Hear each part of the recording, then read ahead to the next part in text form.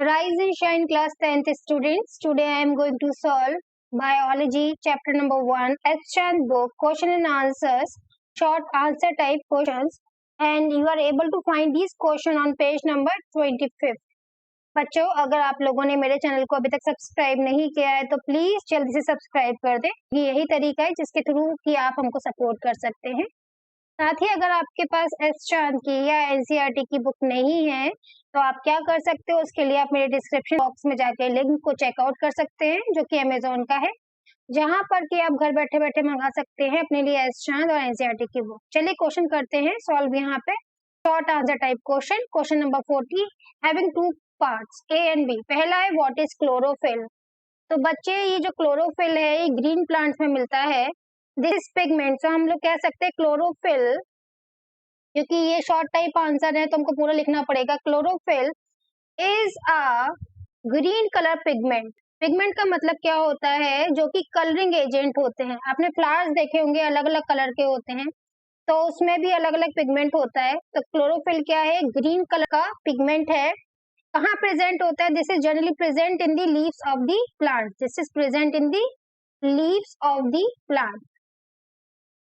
तो this is the answer for what is chlorophyll. उसके बाद पूछा गया है what part does chlorophyll play in photosynthesis. Photosynthesis वो प्रोसेस है जिसमें प्लांट अपना खाना बनाते हैं। तो क्लोरोफिल का उसमें क्या काम है? तो एक्चुअली क्लोरोफिल क्या करता है, सनलाइट को एब्जॉर्ब करता है। तो हम लिखेंगे it helps in absorbing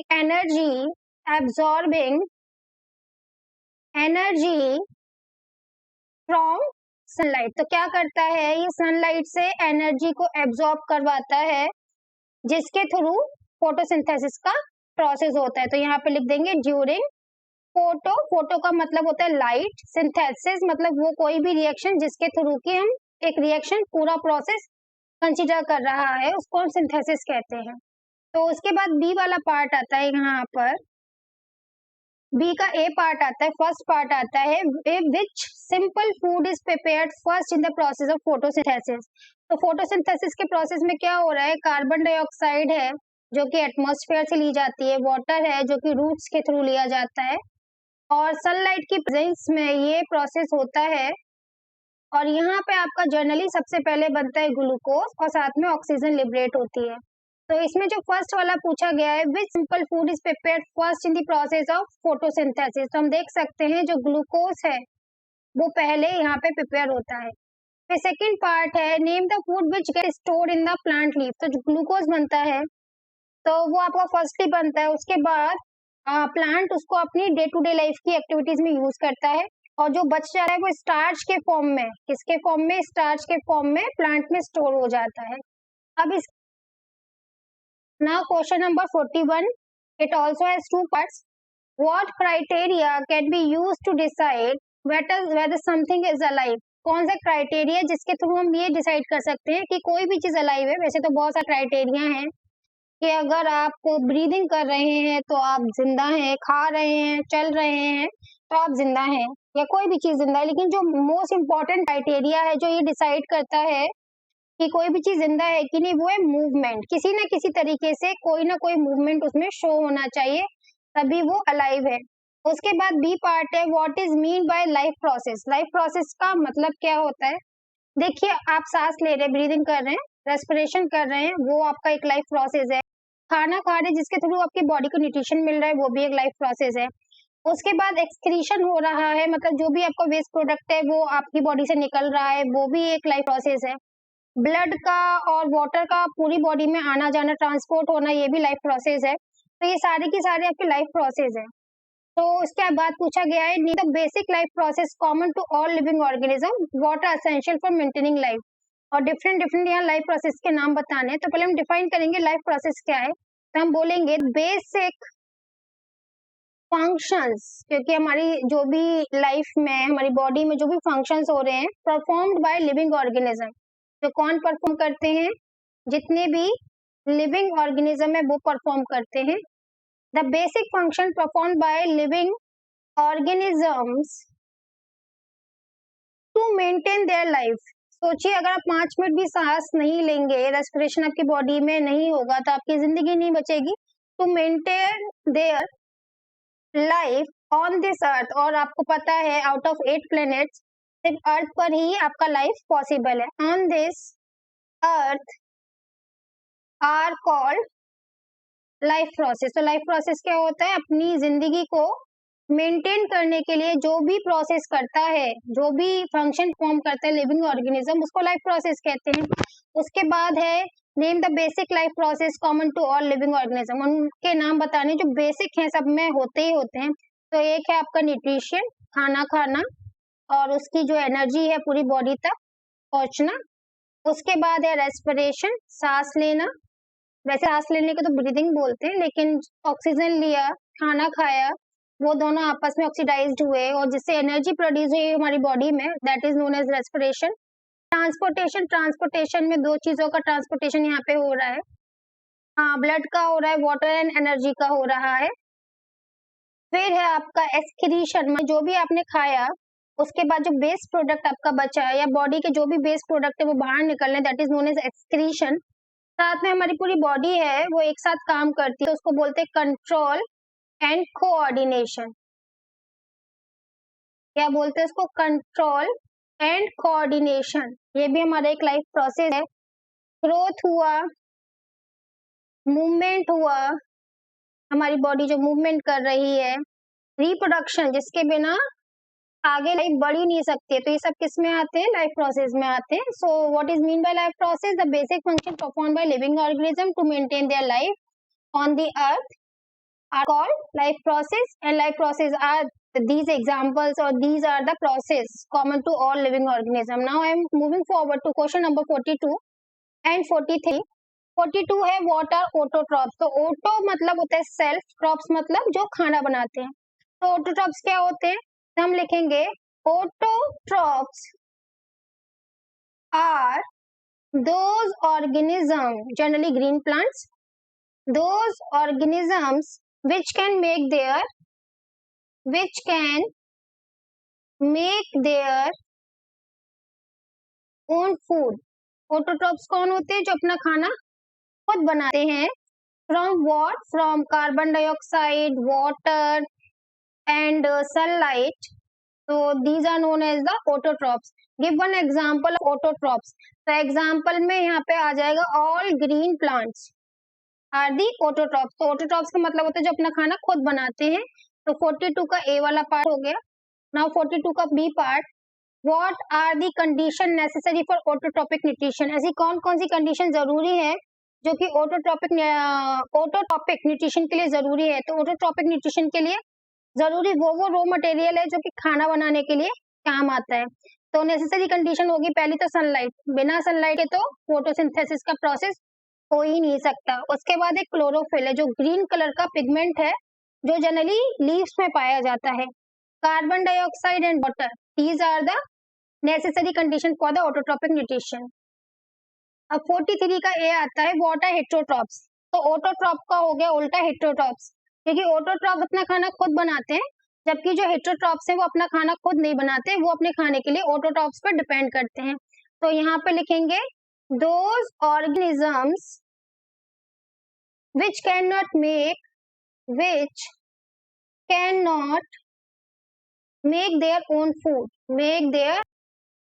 own food, जो अपना खाना खुद नहीं बनाते बल्कि वो किस पे डिपेंड करते हैं?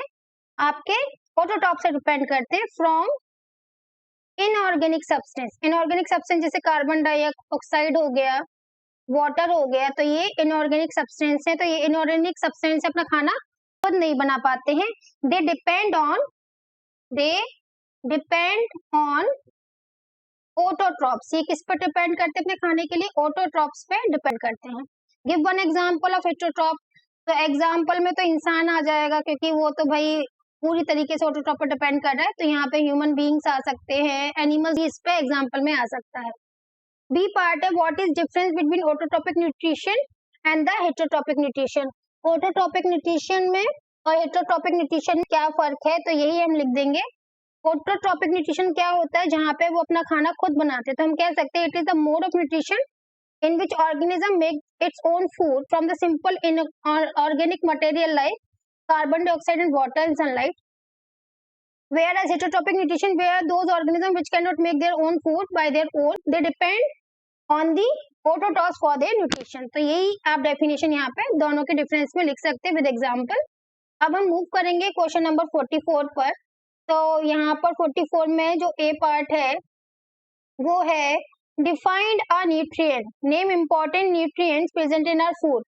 कि न्यूट्रिएंट होते क्या हैं. तो देखिए, किसी भी लिविंग ऑर्गेनिज्म के अंदर जो भी लाइफ प्रोसेस हो रहे हैं उनको करने के लिए हमको क्या चाहिए, एनर्जी. और ये एनर्जी कहाँ से मिलती, खाने से. खाने में वो न्यूट्रिएंट होने चाहिए जो कि हमको एनर्जी सफिशिएंट मात्रा में हमको दें. तो हम लिखेंगे अ nutrient can be defined as a substance which an organism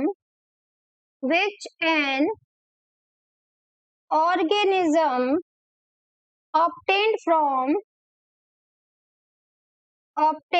from its surrounding. क्या करते हैं, ऐसे ऑर्गेनिज्म, न्यूट्रिएंट क्या है जो कि जो ऑर्गेनिज्म है वो अपनी सराउंडिंग से उनको मिलता है. And uses it as source of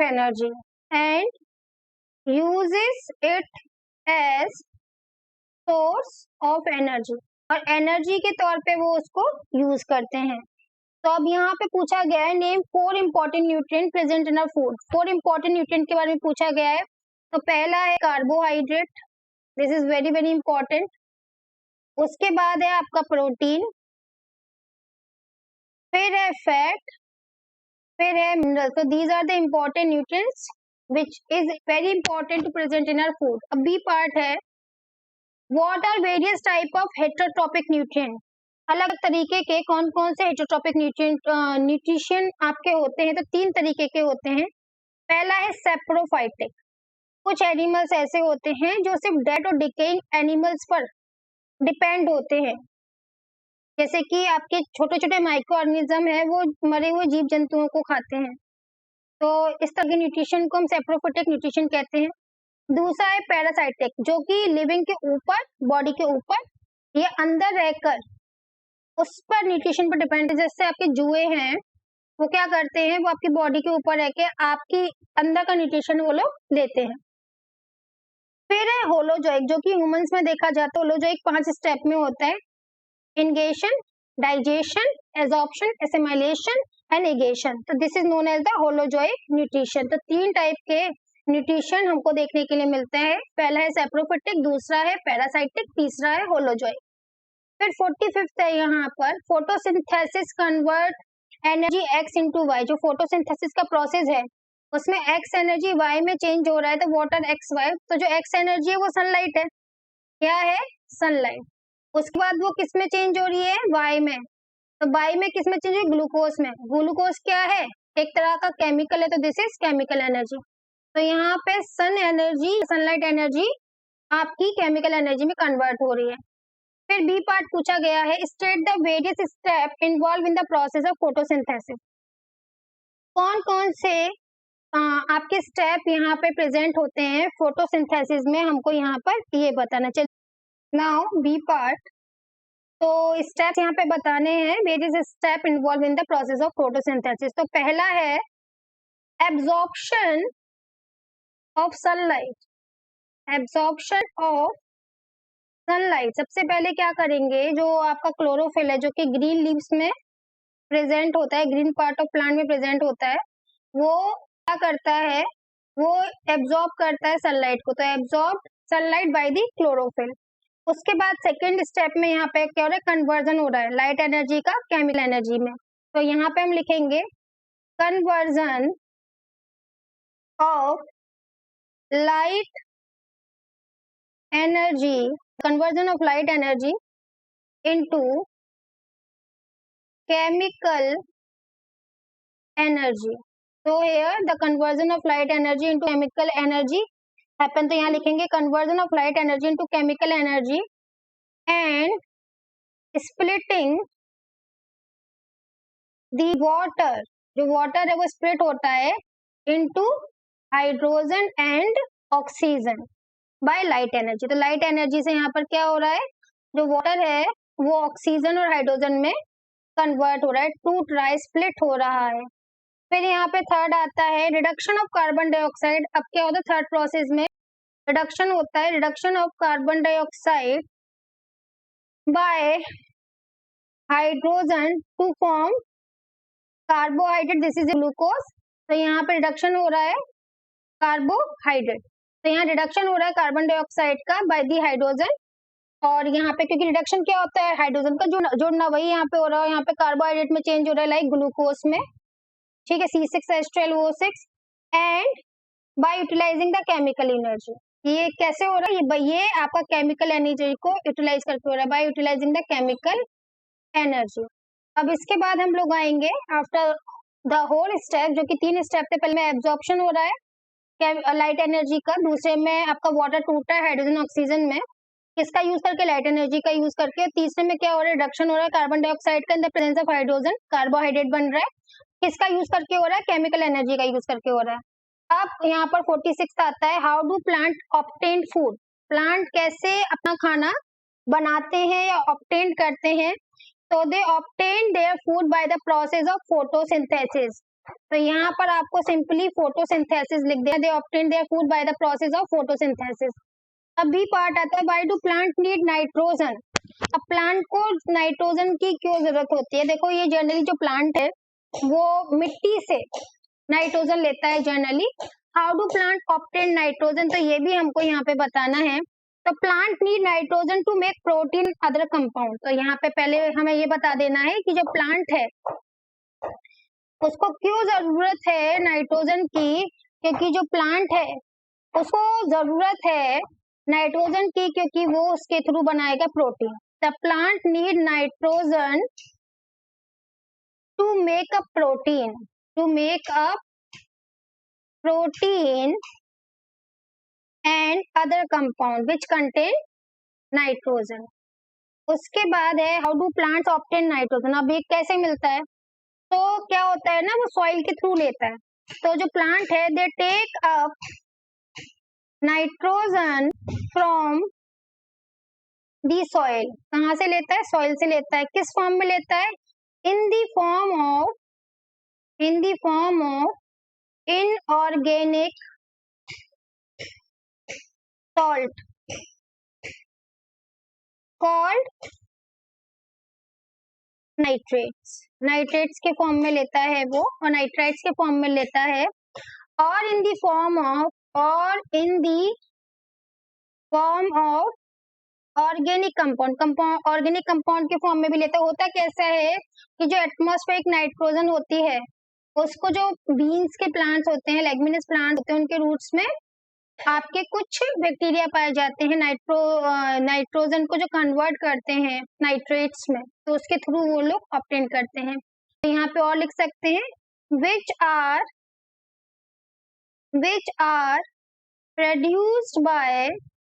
produced by bacteria from atmosphere, क्योंकि एटमॉस्फेयर में आपका कुछ परसेंटेज आपका नाइट्रोजन प्रेजेंट होता है, एटमॉस्फेरिक नाइट्रोजन। अब इसके बाद आपका 47 now question number 47, define saprophytic nutrition, parasitic nutrition and holozoic nutrition, give one example of each. तो देखिए पहला आता है आपका सैप्रोफिटिक न्यूट्रिशन। वो क्या होता है, ये जनरली ऐसे ऑर्गेनिज्म जो कि dead and decaying organic matter पे डिपेंड करते हैं अपने खाने के लिए, अपनी न्यूट्रिशन के लिए, उसको बोलते हैं सैप्रोफिटिक न्यूट्रिशन। तो हम बोलेंगे यहाँ पर इन this type of nutrition, in this type of nutrition an organism obtained its food from dead organic matter। Organic matter क्या होते हैं, मरे हुए जीव जंतु पेड़ पौधे, उसको हम ऑर्गेनिक मैटर कहेंगे। Dead organic matter of plant and animal जो कि मर चुके हैं, ठीक है, एंड रोटन ब्रेड, सड़ी हुई रोटी, ब्रेड, चीजें सब जो भी सड़ा हुआ है वो खा लेंगे ये वाले ऑर्गेनिज्म, और इस तरह के न्यूट्रिशन को हम सैप्रोफिटिक न्यूट्रिशन कहते हैं। यहाँ एग्जाम्पल में क्या क्या आ सकता है, यहाँ एग्जाम्पल में आपका आ सकता है जैसे फंजाई है वो आ सकता है, ठीक है, fungi is the example here and many other bacteria also. अब सेकंड है पैरासिट न्यूट्रिशन, तो इस तरह की न्यूट्रिशन में क्या होता है, so in this type of nutrition the organism derive its food from the body of another living organism, मतलब जो दूसरे लिविंग ऑर्गेनिज्म के ऊपर रह के या उसकी बॉडी के अंदर रह के ये अपना फूड डिराइव करते हैं, अनदर लिविंग ऑर्गेनिज्म, राइट, और विदाउट किलिंग देम, उनको मारते नहीं है लेकिन उनका न्यूट्रिशन लेते हैं, तो ये हमारे लिए हार्मफुल होते हैं क्योंकि हमारे हिस्से का न्यूट्रिशन ये ले रहे हैं विदाउट किलिंग देम। तो यहाँ पे एग्जांपल आपका आ सकता है लाउस इज जुआ, लाइस माने लीफ, ठीक है, टेपवर्म जो कि पेट के अंदर, पेट का कीड़ा जिसको बोलते हैं। अब इसके बाद आता है होलोजोइक न्यूट्रिशन जो कि ह्यूमंस में जनरली देखा जाता है, ह्यूमन बींग्स में देखा जाता है। तो it is that nutrition in which organism take complex, तो यहाँ पर हम लोग कर रहे हैं यहाँ पर holozoic. So in this type of nutrition,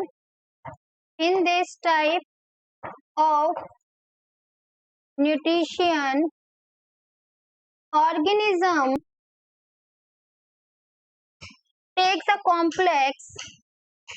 takes the complex organic food, material into its body by the process of first process is ingestion, खाने को मुंह के अंदर लेना, then second is digestion, उसको पचाना, थर्ड इज एब्जॉर्प्शन, बॉडी के अंदर absorb करना, उसके बाद एसिमिलेशन, अलग अलग बॉडी पार्ट तक पहुंचाना और उसका अलग अलग बॉडी पार्ट के थ्रू उसको एब्जॉर्ब करना, और फिफ्थ इज इगेशन, इसमें जो वेस्ट प्रोडक्ट है उसको बॉडी से निकाल देना, that is known as the holozoic nutrition. यह एग्जांपल में आपका ह्यूमन बीइंग आ जाएगा, example is human being. Now moving forward to the question number 48 and 49।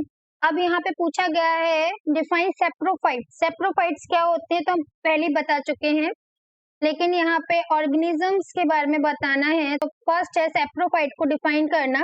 तो saprophytes are the organism which obtain their food by dead organisms and plants। ये dead and decaying plants and organism से अपना खाना लेते हैं। और अगर हम यहाँ पे एग्जाम्पल की बात करें तो एग्जाम्पल में आपका फंजाई आएगा और बैक्टीरिया आ सकता है, ठीक है। फिर आता है पैरासाइटिक न्यूट्रिशन, तो ये भी हम बात कर चुके हैं पैरासाइटिक न्यूट्रिशन क्या है, वैसे ही पैरासाइटिक ऑर्गेनिजम्स हो जाएंगे। अब parasite is an organism which feed on other living organism, जो दूसरे लिविंग ऑर्गेनिजम्स के थ्रू अपना न्यूट्रिशन लेते हैं, और जो दूसरे लिविंग ऑर्गेनिज्म होते हैं वो क्या कहलाते हैं, होस्ट, और ये क्या हो गया, गेस्ट हो गया। एग्जाम्पल क्या हो गया, एग्जाम्पल में आ सकता है प्लाज्मोडियम, राउंड वर्म आ सकता है, लाउस आ सकता है, लाइस आ सकता है, जिसके बारे में हम पहले ही बात कर चुके हैं। फिर है 49 यहाँ पर, how do carbon dioxide from the air enter the leaf of plant to be used in photosynthesis.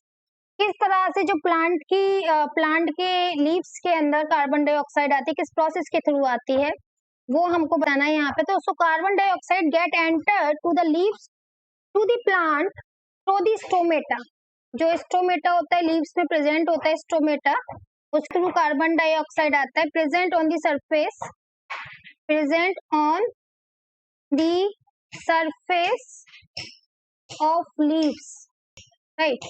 उसके बाद आता है बी पार्ट यहाँ पर, how does water from the soil reach the leaf of a plant to be use in photosynthesis. किस तरह से पानी मिट्टी से होते हुए, मिट्टी के थ्रू लीव्स तक पहुंचता है।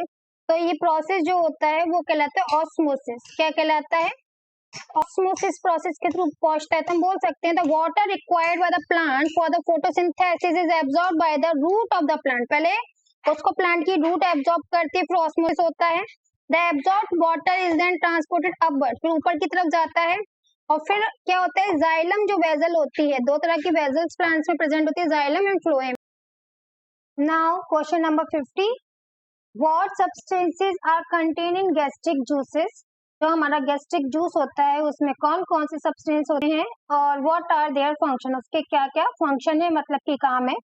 तो there are 3 substance which contain by the gastric juices. तो पहला है आपका hydrochloric acid, this is HCl।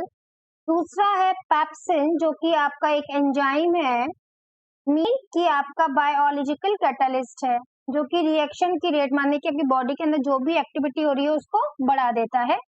इसके अलावा म्यूकस करके आपका होता है गैस्ट्रिक जूसेस में। अब हम इनके फंक्शंस के बारे में बात करेंगे कि क्या काम करते हैं। ये तो एक एक करके करेंगे। तो पहला है हाइड्रोक्लोरिक एसिड। तो it make the medium gastric juice acidic. जो भी हमारा गैस्ट्रिक जूस है उसके मीडियम को ये कैसा कर देता है, एसिडिक कर देता है। It make the medium of the gastric juices is acidic so that the enzyme pepsin can digest the protein properly.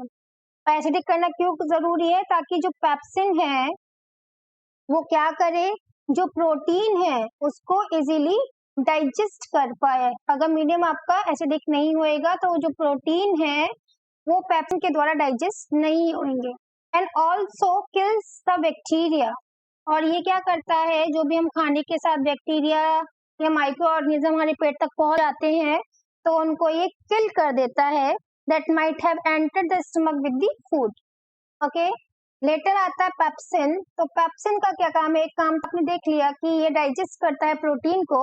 So the enzyme pepsin digest the protein, it digest the protein present in food. ये करता है, digest करता है protein को which is present in food and convert that into smaller molecules and convert them into smaller molecules. This is the work of the pepsin. अब इसके बाद आपका थर्ड जो आता है वो आता है म्यूकस। तो म्यूकस का क्या काम है, लेट्स सी। यहाँ पे the mucus help to protect the stomach wall from the own secretion of hydrochloric acid. जो भी आपका स्टमक होता है उसकी बॉल के साइड में म्यूकस होता है। इसका क्या काम होता है, जो कि time to time hydrochloric acid secrete होता है, वो उसका पीएच काफी लो होता है, नियरली 1.4 समथिंग उसका पीएच होता है, जो कि पेट की जो वॉल है उसको जला सकता है, खत्म कर सकता है। तो ये जल्दी क्यों नहीं? Because of mucus. जैसे कि आपने सुना ही होगा कि जो एसिड है it even can burn the skin, तो इसी तरह से पेट को भी कर सकता है। तो mucus help to protect the stomach lining, the stomach lining माने कि स्टमक की जो भी दीवारें होती है अंदर की, stomach wall, from the hydrochloric acid. So if somebody asks you what gastric juice contain 3 substance, hydrochloric acid, pepsin and the mucus। mucus का काम है जो हाइड्रोक्लोरिक एसिड सीक्रेट हो रहा है उसको, उससे आपके जो स्टमक की वॉल है उसको प्रोटेक्ट करना। साथ में जो पेप्सिन का काम है प्रोटीन को डाइजेस्ट करना स्मॉलर मॉलिक्यूल में, ताकि बॉडी उसको एब्जॉर्ब कर पाए। एंड उसके बाद है हाइड्रोक्लोरिक एसिड, जो कि जनरली एसिडिक मीडियम करता है आपके गैस्ट्रिक जूस का। साथ में जो भी आप खाने के साथ खा रहे हैं, अगर बाई चांस उसमें बैक्टीरियाज वगैरह एंटर कर गए हैं आपके स्टमक तक तो वो उसको बर्न कर देगा। अगर आप लोगों ने मेरे चैनल को अभी तक सब्सक्राइब नहीं किया है तो जल्दी से सब्सक्राइब कर दें। Now question number 51, what substance are contain by pancreatic juice, जो पैनक्रियाज होती है हमारी बॉडी में उसमें से जूस आपका सीक्रेट होता है, दैट इज पैनक्रियाटिक जूस। वो उसमें क्या क्या होता है और उसके क्या क्या फंक्शन है ये हमको देखना है। तो pancreatic juice contain generally amylase, इसमें एमाइलेज होता है। उसके बाद यहाँ पे ट्रिप्सिन आपको देखने के लिए मिलता है, this is trypsin. And after that हमको यहाँ पे लाइपेज देखने के लिए मिलता है। तो what substance are contain in pancreatic juice, pancreatic juice contain amylase, trypsin and the lipase. अब इनके फंक्शन के बारे में बात करते हैं। तो यहाँ पे जो पैनक्रियाटिक एमाइलेज है ये क्या करता है, the enzyme, it is a enzyme, amylase breaks down the starch. जो भी हम हमारा खाने के साथ स्टार्च आता है वो एक बिगर मॉलिक्यूल होता है, तो ये उसको ब्रेक डाउन करता है, ब्रेक डाउन दी स्टार्च, ये स्टार्च को ब्रेक डाउन करता है। अगर हम ट्रिप्सिन के बारे में बात करते हैं तो ये क्या करता है, trypsin digest the protein, it help in digestion of protein, ये प्रोटीन को डाइजेस्ट करता है। अब अगर हम लाइपेज के बारे में बात करें क्या करता है, इट ब्रेक्स डाउन दी एमल्सिफाइड, जो इमल्शन के रूप में हमारी बॉडी में फैट होता है उसको ब्रेक डाउन करता है। Emulsified fat, it helps in break down of emulsified fat. तो इस तरह से अगर आपसे कोई पूछता है कि पैनक्रियाटिक जूस में कौन कौन से सब्सटेंस होते हैं, there are 3 major substance, these are known as the pancreatic amylase, trypsin and lipase. The function of the amylase to break down the starch, and the function of the trypsin is digest the protein, and the function of the lipase to break down the emulsified fats. अब इसके बाद हम लोग करेंगे question number 52 and 53. So what is question number 52? It has 2 parts. What is the role of the hydrochloric acid in our stomach? तो अभी मैंने आपको बताया कि गैस्ट्रिक जूसेस के मीडियम को एसिडिक करना, और दूसरी बात है कि ये क्या करता है, जो भी हमारे खाने के साथ बैक्टीरिया चले गए उनको किल करना। तो हम क्या लिखेंगे, it makes the medium of gastric juice acidic. ये क्या करता है, आपका जो गैस्ट्रिक जूस है उसके मीडियम को क्या करता है, it makes it acidic, so that enzyme pepsin can digest the protein properly and also kills any bacteria that might have entered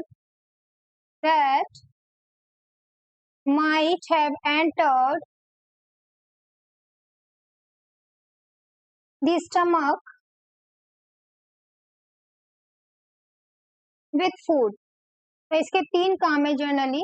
पहली बात तो गैस्ट्रिक जूस को एसिडिक करता है, जिसके थ्रू जो आपका पेप्सिन है वो प्रोटीन को डाइजेस्ट कर पाए, मैक्रोमोलिक्यूल से वो उसको माइक्रोमोलिक्यूल में कन्वर्ट कर पाए, मैक्रो माने बड़े मॉलिक्यूल से माइक्रो माने छोटे मॉलिक्यूल में कन्वर्ट कर पाए, साथ में खाने के साथ जो भी बैक्टीरिया अंदर आ चुका है उसको भी वो किल कर पाए। फिर बी पार्ट है 52 का, what is the function of enzyme in the human digestive system. Enzyme के क्या फंक्शन होते हैं, तो एंजाइम का फंक्शन होता है जो मैक्रोमोलिक्यूल हैं उनको माइक्रोमोलिक्यूल्स में कन्वर्ट करना। तो it helps in breaking down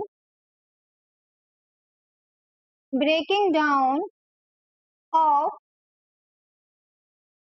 complex organic food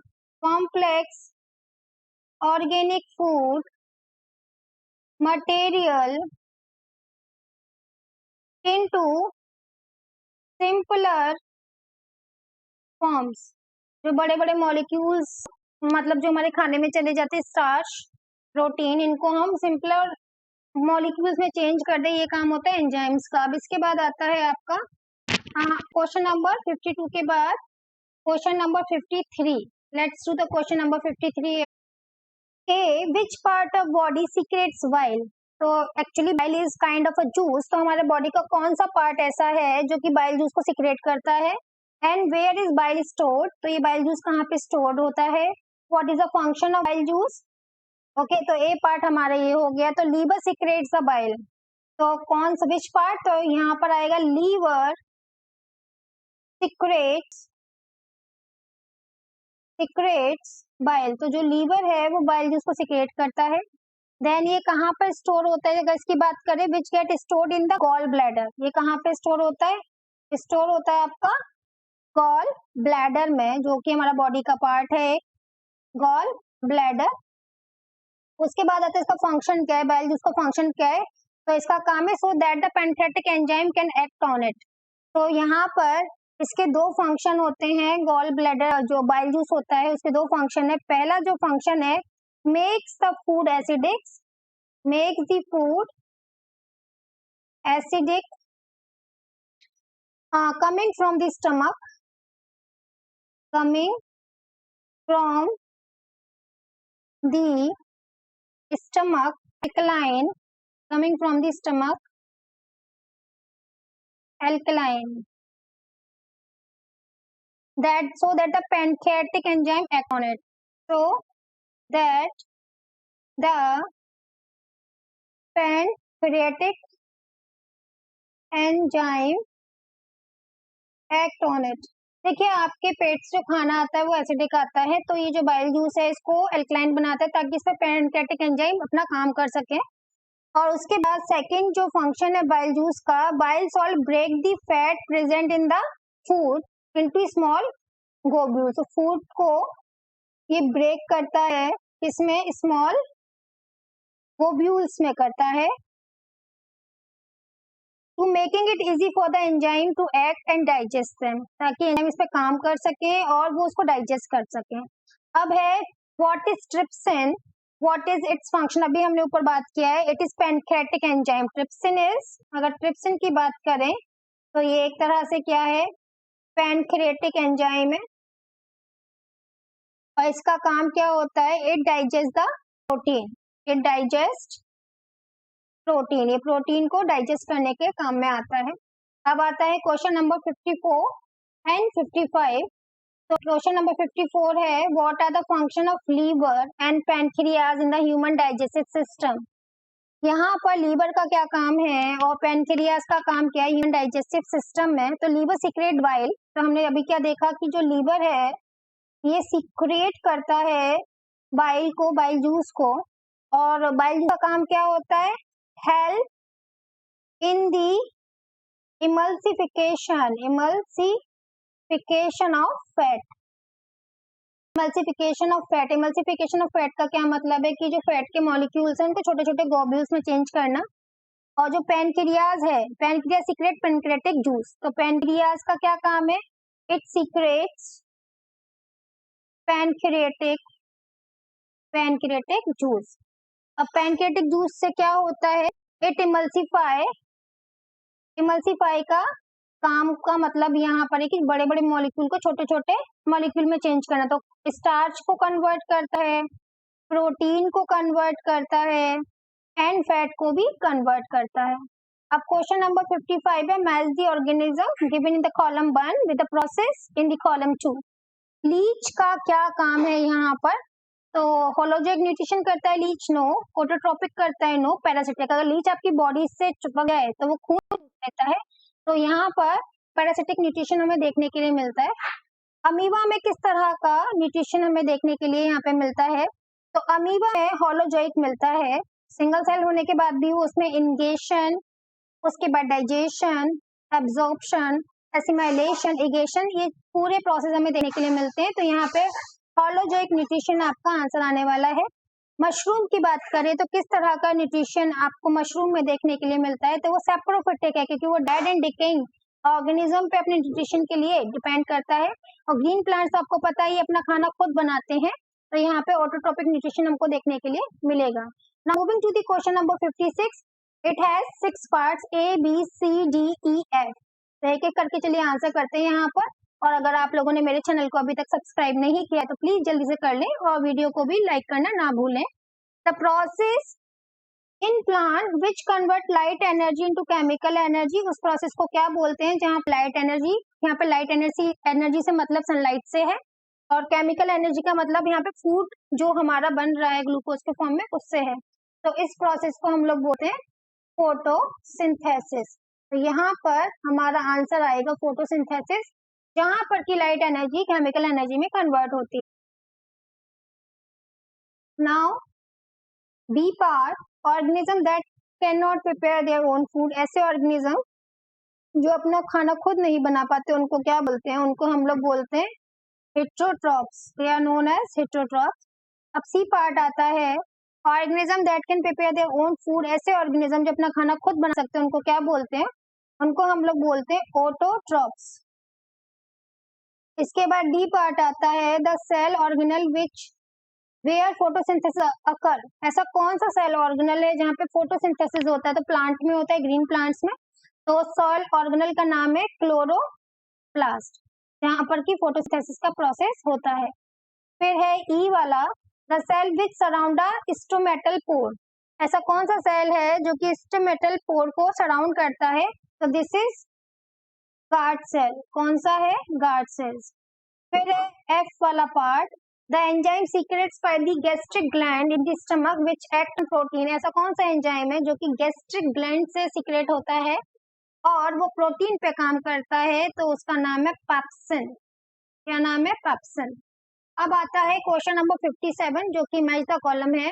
और अगर आप लोगों ने अभी तक मेरे चैनल को सब्सक्राइब नहीं किया है तो प्लीज जल्दी से सब्सक्राइब कर दे।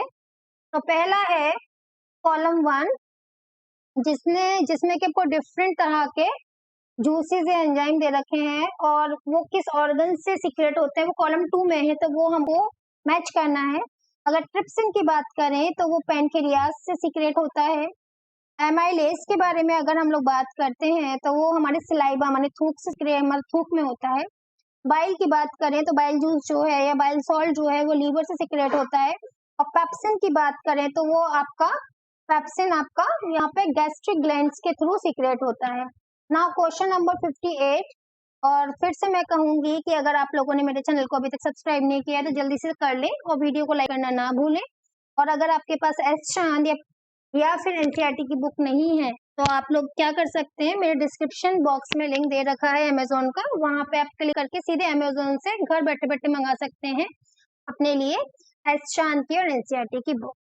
तो what is the common for Cuscuta, ticks and leeches. देखिए जो कसकटा की बात की जा रही है या टिक्स की बात करी जा रही है या लीचेस की बारे में बात करी जा रही है, ये क्या करते हैं? ये बॉडी के ऊपर रह के, होस्ट की बॉडी के ऊपर रह के या अंदर रह के अपना न्यूट्रिशन लेते हैं। तो ये पैरासिटिक मोड ऑफ न्यूट्रिशन पर डिपेंड करते हैं। तो ये सारे के सारे पैरासाइट हैं, they are known as parasite. और इनका जो मोड ऑफ न्यूट्रिशन होता है वो होता है parasitic mode of nutrition, right. तो ये इनमें सिमिलैरिटी है। बी है, name the substance on which the following enzyme act in the human digestive system. अब आपको क्या करना है यहाँ पर कि ऐसा कौन सा सब्सटेंस है जिसपे कि फॉलोइंग जो आपको दे रखे हैं एंजाइम्स वो काम करते हैं। तो जो अगर मैं ट्रिप्सिन की बात करूं तो ये क्या करता है? ये प्रोटीन को सिंपल मॉलिक्यूल में कन्वर्ट करता है। अगर एमाइलेज की बात करते हैं तो स्टार्च को सिंपल मॉलिक्यूल में कन्वर्ट करता है। पेप्सिन की बात करते हैं तो ये प्रोटीन को करता है। और अगर हम लाइपेज की बात करते हैं तो फैट्स को स्मॉलर ग्लोब्यूल्स में कन्वर्ट करता है। की पार्ट है, why does absorption of digested food occur mainly in the small intestine. ज्यादातर जो डाइजेशन होता है वो स्मॉल इंटेस्टाइन में होता है, ऐसा क्यों? तो इसका आंसर है due to the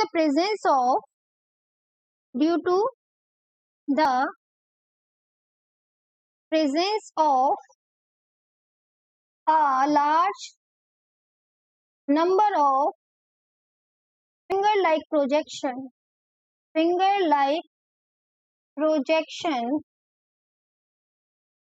called villi, क्योंकि आपकी लार्ज इंटेस्टाइन में बड़े छोटे छोटे से उंगली की तरह प्रोजेक्शन प्रेजेंट होते हैं जिसको हम विलाई कहते हैं या कुछ लोग विली भी कहते हैं।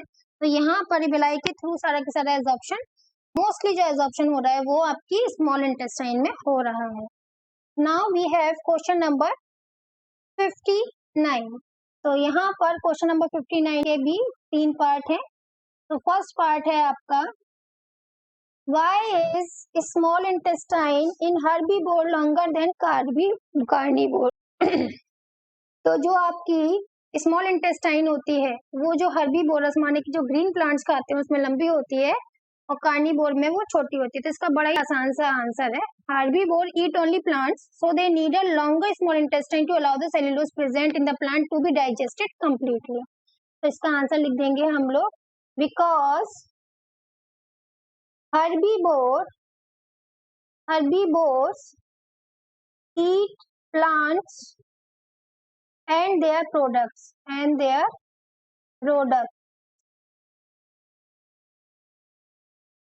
It contains cellulose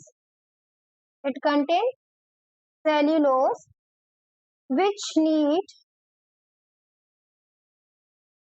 longer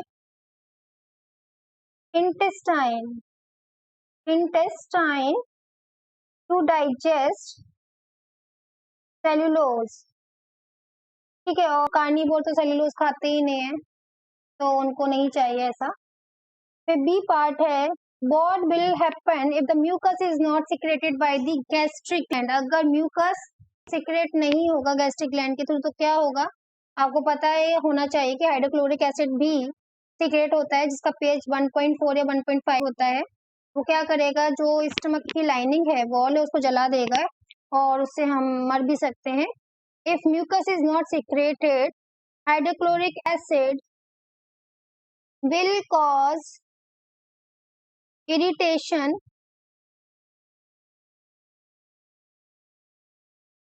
leads to erosion of inner lining of stomach। तो हमारा पेट जल जाएगा सरल भाषा में कहा जाए तो। Now C part, what cause movement of food inside the alimentary canal। जो एलिमेंट्री कैनाल है खाना अंदर तक कैसे जाता है, तो अगर आपने कभी देखा है अर्थवर्म जिसको कि हम हिंदी में केचुआ ही बोलते हैं, केचुआ।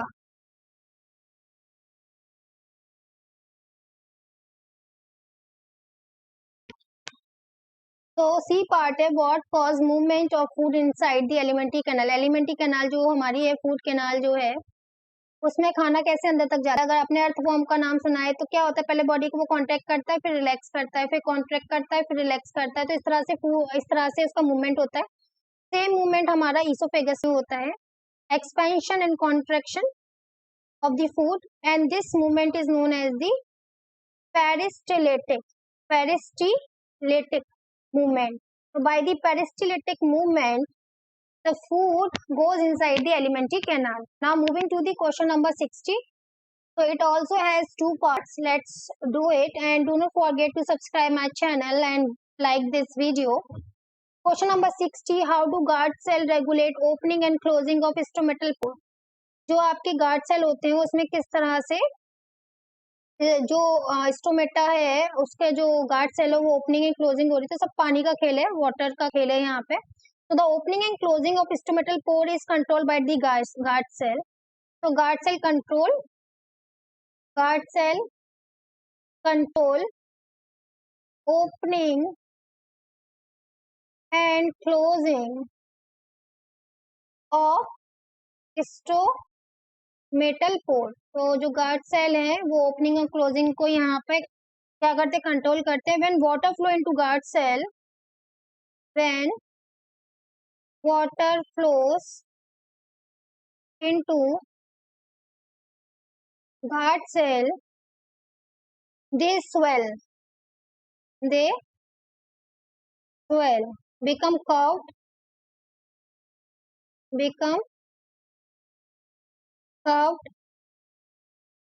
and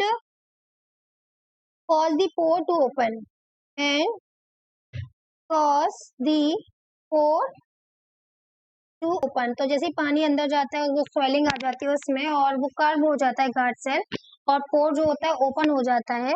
उसके बाद क्या होता है, when guard cell loses water, when guard cell loses water they shrink, वो सिकुड़ जाते हैं, they shrink and close stomatal pore. इस तरह से आपका गार्ड सेल काम करता है closing and opening of stomatal pore. जब पानी भरता है तो स्वेलिंग हो जाती है, स्वेल हो जाती है उसकी सेल, और कर्व होके वो बंद हो जाता, ओपन हो जाता है, और जब पानी निकलता है श्रिंक हो जाती है और स्टोमेटल पोर क्लोज हो जाता है।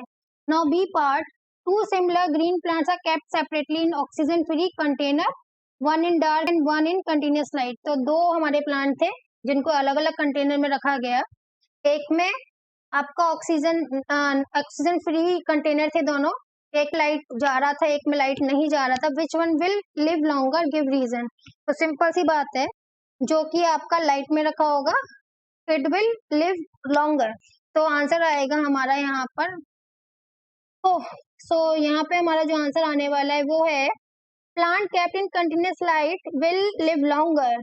लाइट में आपका लिव करेगा लॉन्गर, क्योंकि वहां पर क्या होगा, फोटोसिंथेसिस होगा, और फोटोसिंथेसिस होएगा तो वो अपना ऑक्सीजन खुद ही प्रोड्यूस कर लेगा, तो वहां पे उसको ऑक्सीजन की जरूरत नहीं पड़ेगी। फिर आता है 61 यहाँ पर आपका क्वेश्चन। तो चलिए अभी 61 यहाँ पे करते हैं हम लोग। इसके भी दो पार्ट है। What happen if all the green plant disappear from earth. अगर सारे के सारे डिसअपियर हो गए आपके प्लांट तो क्या होगा? तो क्या होगा, फोटोसिंथेसिस नहीं होगी। फोटोसिंथेसिस नहीं होगी तो फूड नहीं होगा, फूड नहीं होगा तो हर्बीवोर्स को खाना नहीं मिलेगा, हर्बीवोर्स को नहीं मिलेगा तो कार्निवोर्स को भी नहीं मिलेगा, कार्निवोर्स को नहीं मिलेगा तो ओमनीवोर्स को भी नहीं मिलेगा, क्योंकि हर्बीवोर्स प्लांट पे डिपेंड करते हैं, कार्निवोर्स हर्बीवोर पे और ओमनीवोर दोनों पे। तो क्या होगा, देयर इज नो लाइफ, तो लोग भूख से मर जाएंगे, स्टार्वेशन हो जाएगा और वो लास्ट में मर जाएंगे। बी पार्ट है, if the plant is releasing carbon dioxide and taking in oxygen during the day। अगर सुबह के वक्त पर क्या प्लांट क्या करता है, if a plant is releasing carbon dioxide, अगर वो कार्बन डाइऑक्साइड निकाले ऑक्सीजन ले, does it mean there is no photosynthesis? आपका जस्टिफाई हो आंसर। तो देखिए क्या इसका मतलब यहाँ पे बनता है, when photosynthesis occurs during the day, the carbon dioxide releases by plant by respiration is all used up and not released similarly. Some of oxygen produced during photosynthesis is used up in respiration. Since the plant is releasing carbon dioxide and taking oxygen even during the day, it means that no photosynthesis is taking place. अगर वो carbon dioxide निकल रहा है, oxygen ले रहा है day में भी, तो इसका मतलब है कि फोटोसिंथेसिस नहीं हो रही है। फिर आता है आपका 62 और ये लास्ट आपका रहेगा यहाँ पे शॉर्ट टाइप आंसर में। काफी सारे आंसर्स हमको यहाँ पे देखने के लिए मिले हैं। तो now question number 62 part A, leaves a healthy potted plant were coated with Vaseline.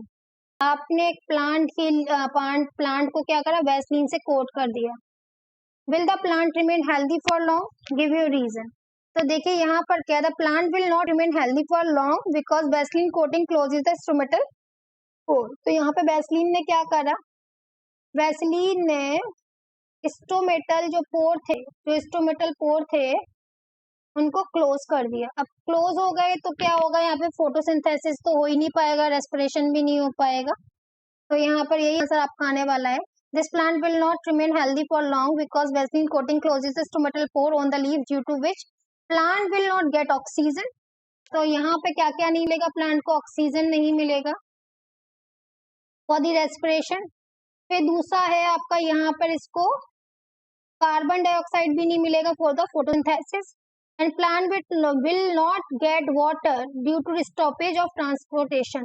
तो यहाँ पर ट्रांसपोर्टेशन जो है वाटर का वो भी क्लोज हो जाएगा और प्लांट लास्ट में मर जाएगा।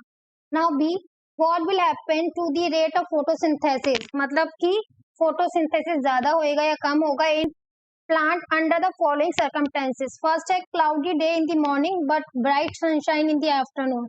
तो यहाँ पर क्या होगा, डिक्रीज इन दी मॉर्निंग, क्योंकि क्लाउडी है तो मॉर्निंग में क्या होगा, डिक्रीज होगा क्योंकि लाइट नहीं है, और ब्राइट सनशाइन में इंक्रीज हो जाएगा आफ्टरनून में। क्या यहाँ पे फोटोसिंथेसिस का रेट। फिर है no rainfall in the area for considerable time, पानी नहीं होगा तो डिक्रीज होगा क्योंकि पानी की भी जरूरत होती है। फिर है gathering of dust on the leaves, अगर डस्ट अगर उस पर आ गई है तो उसके पोर बंद हो जाएंगे, जिससे ऑक्सीजन भी नहीं जा पाएगा, कार्बन डाइऑक्साइड भी नहीं जा पाएगा, ट्रांसपोर्टेशन भी नहीं हो पाएगा पानी का। लेकिन हमें यहाँ पे ऑक्सीजन से मतलब नहीं है, हमें यहाँ पे कार्बन डाइऑक्साइड और ट्रांसपोर्टेशन ऑफ वाटर से मतलब है, तो यहाँ पर भी डिक्रीज होएगा। तो यहाँ पर सारे के सारे शॉर्ट आंसर टाइप का आपके खत्म हो चुके हैं। और अगर आपको वीडियो पसंद आया हो तो जल्दी से मेरे चैनल को सब्सक्राइब करें और लाइक करना बिल्कुल ना भूलें। अगर आपको केमिस्ट्री और फिजिक्स के भी टेस्ट चांद के सॉल्यूशन चाहिए तो आप मेरे चैनल पर जाके प्लेलिस्ट में चेकआउट कर सकते हैं, आपको सारे सॉल्यूशन वहाँ मिल जाएंगे।